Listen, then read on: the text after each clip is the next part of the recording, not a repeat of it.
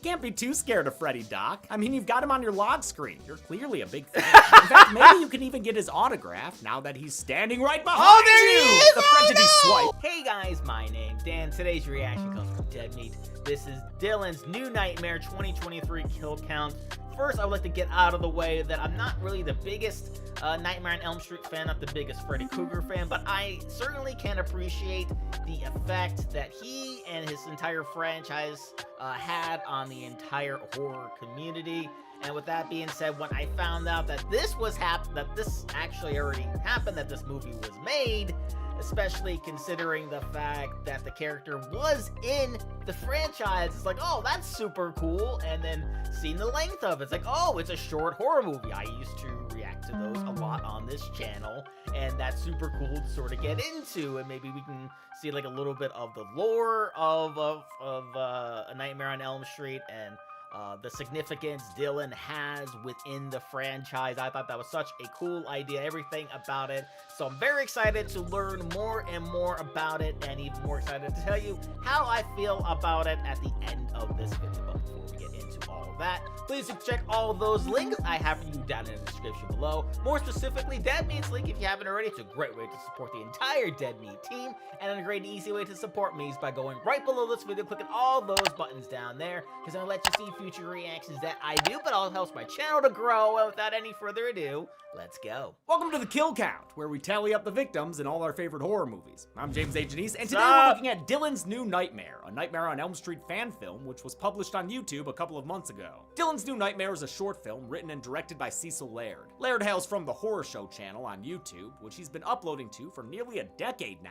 For Dylan's New Nightmare, Laird paired up with Vincent DeSanti of Womp Stomp Films, who made Never Hike Alone, Never Hike in the Snow, and the just-released Never Hike Alone 2. All the Never Hikes are quality films that inspired Laird, and Dylan's New Nightmare follows in their footsteps. It's well made, and seems like production was a positive experience. It was like getting to play every day. As its name implies, this is a sequel to Wes Craven's New Nightmare, the innovative 7th Nightmare film that saw the franchise's creator return for a meta-story. In it, Craven and the franchise actors play themselves, and the dream demon attacking them is an evil entity who takes on the appearance of Freddy Krueger, effectively bringing the character into the real world. Dylan's New Nightmare also takes place in the real world. Laird says that when the Freddy entity exploded, it went into Dylan's body. Now, nearly 3 decades later, it's grown strong enough from Dylan's nightmares to enter the real world again. I love Wes Craven's New Nightmare and think it's one of the best films in the series, and Dylan's New Nightmare is a worthy follow-up, especially since it sees the return of Miko Hughes, who played Heather Langenkamp's fictional son Dylan when he was 8 years old. He put in a great performance there, just like he did as a friggin' 3-year-old in the OG Pet Cemetery. Now Hughes is all grown up and gets to play a tortured man with a traumatic past. He's great at it. I would have loved to see Heather Langenkamp return as well, but at least the cast includes a couple of other horror vets. It's also got a great performer as Freddy, Dave McRae. It's not an original take on the character, he's just doing Robert Englund, but damn, does he do it well. Oh yeah.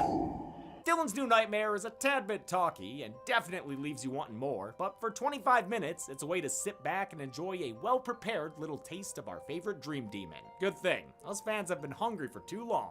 Oh yeah. Kills can I'm sure they have. There's no way I'm gonna like what I find, is there? No, probably not. All right, you're feeling killy, you're feeling county. What are you guys doing?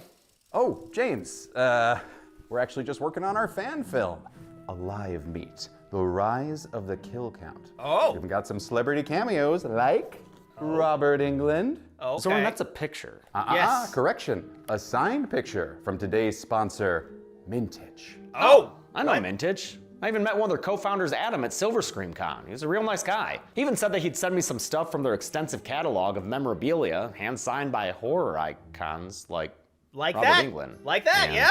Jeffrey Combs, Shelley Duvall, Catherine O'Hara, Tony Todd, Skeet Ulrich, and David Howard Thornton. Yeah, I'm shutting this all down. No! Oh, why? Can you at least keep some autographs? Absolutely not. Oh, come on, James! But you can get your own autographed photos, masks, weapons, or even Funko Pops on their site. Plus, while horror is their bread and butter, they do have tons of general pop culture signatures too, including franchises like Star Wars, Star Trek, and Lord of the Rings, music artists like Ice Nine Kills, and more. And when they have an upcoming signing, you can even send in your own items to get them autographed through their pre-sales. I could get my Bakugo signed. I mean, maybe. Yeah, you never know what surprises they have in store. They even periodically release mystery boxes that sell out fast. Just keep an eye out on their socials or join their email list to stay up to date with everything going on. Might do that. That's my son.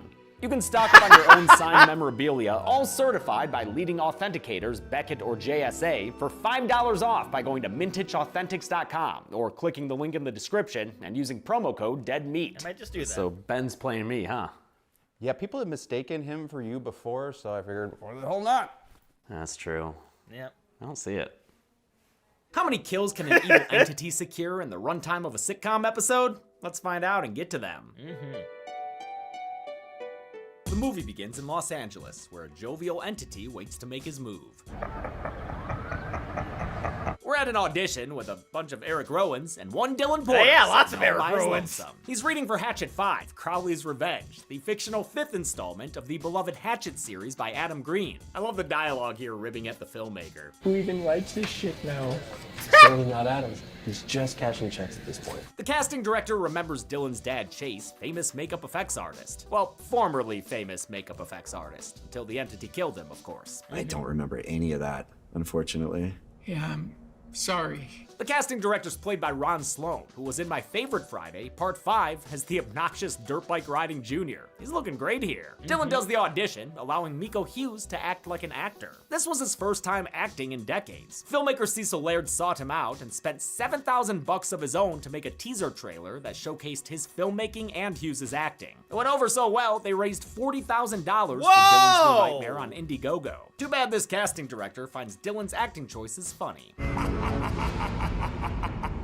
Damn, that's a good Freddy laugh. What do you two think? Oh, great. Glad we're all in agreement here. The assistant scene readers go off book and onto the couch, turning Dylan's dream into a nightmare. Oh, hey, just like the title. The evil entity once again takes on the appearance of Freddy Krueger as he mocks Dylan's attempts to escape this nightmare. Wake up.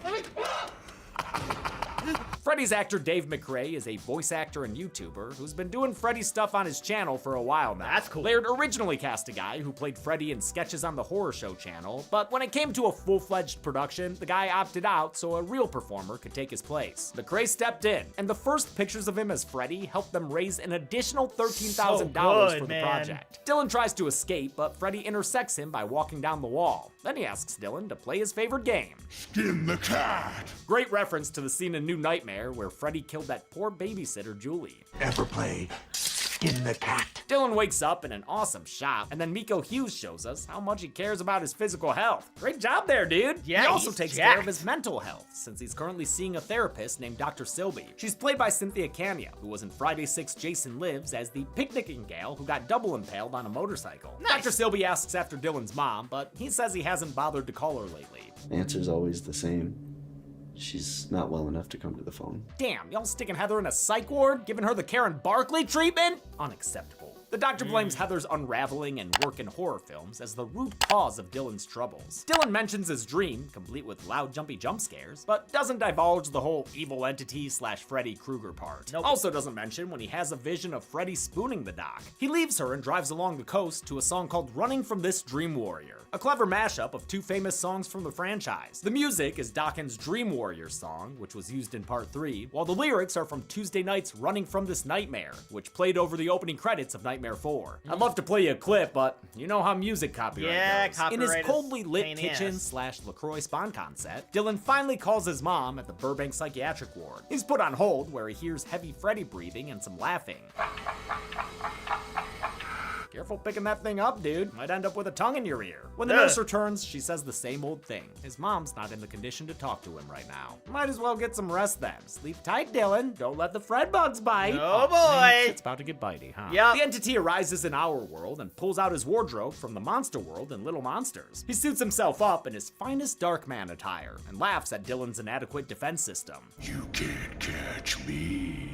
But the entity's not interested in Dylan just yet. Instead, he leaves and heads to the home of Dr. Silby, who's currently logging her thoughts about Dylan. To think all these delusions brought on by a cheap horror movie. Her recorder freaks out, and pretty soon she's hearing Freddy with his own take on a Jump Rope Girls classic.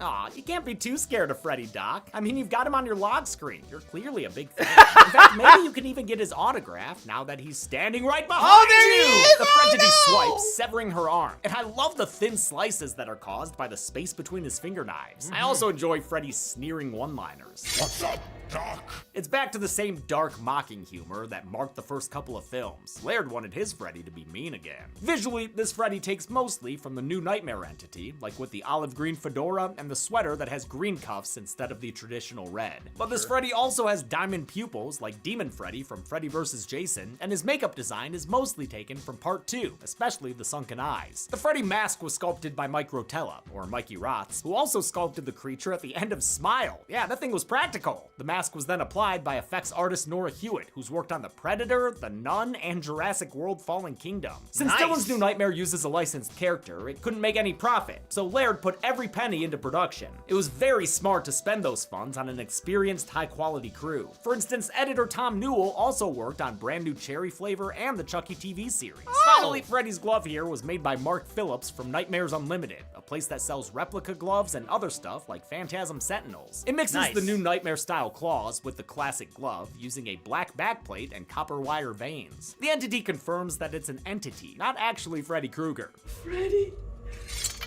Sometimes. With that exploration of self complete, Freddy cancels his future sessions and kills the Doc with an Bam! overhead finger knife stab to the chest. Good stuff. The next morning, Dylan awakens to an earthquake, which of course was a recurring thing in Wes Craven's New Nightmare. He finds his doctor's bloody pen next to a picture of him and his mom, which is really a picture of young him and Heather Langenkamp, so they must have gotten permission to use her likeness. Ooh, and they got permission to use Rex's likeness too? Good thing. Rex usually charges an arm and a leg for that. So I guess his arms wouldn't cost as much, huh? This Rex was actually the screen-used prop from New Nightmare that Miko Hughes still had after all these years.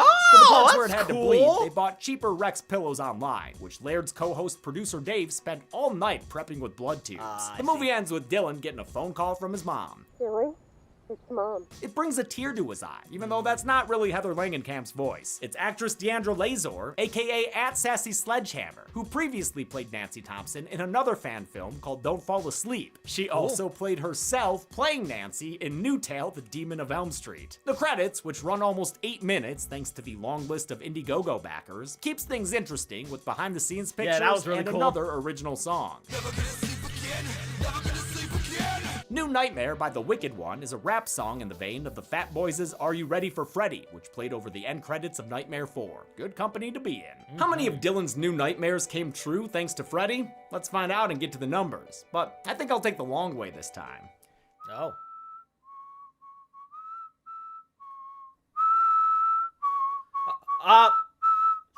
You're upside down, sir. All right. There were 3 kills in Dylan's New Nightmare, consisting of 2 women and 1 man. That's not a common pie chart right there, since we've only seen it 3 times before on this show. Although, coincidentally, we just saw it last week in Talk to Me. Sure. With a runtime of 35 minutes, 8 of which were credits, we technically had a kill on average just under every 12 minutes. I'll give the golden chainsaw for coolest kill to Dr. Silby, entirely because of those flesh slices. Oh, I yeah, can't those believe were we've good. never seen that before. Of course the finger knives would cause slices. Why haven't we seen that before? And I won't give a doll machete for lamest kill, since the other 2 deaths were shocking and violent. And we don't need to have a loser by default. Nope. And that's it. Dylan's New Nightmare was released on YouTube in 2023, and it's a worthy watch for Nightmare fans, who have been in a freaking drought. And in case you were wondering, Laird has already mentioned the possibility of his Freddy and the Never Hike Alone Jason facing off one day. Oh! That'd be cool. Yes! Until next time, I'm James A. Janice. This has been the Kill Count. Hey everybody, thanks. Yeah, so this was certainly a huge joy for me to watch, and actually, in watching it and now learning more about it, it's actually gotten me to maybe rethink my knowledge on the series and my feelings on it. Maybe I should give the series a second look. Maybe I should go and check out the original movies. I think that's something that I really want to do, and I will do in the future, because everything about this was perfect.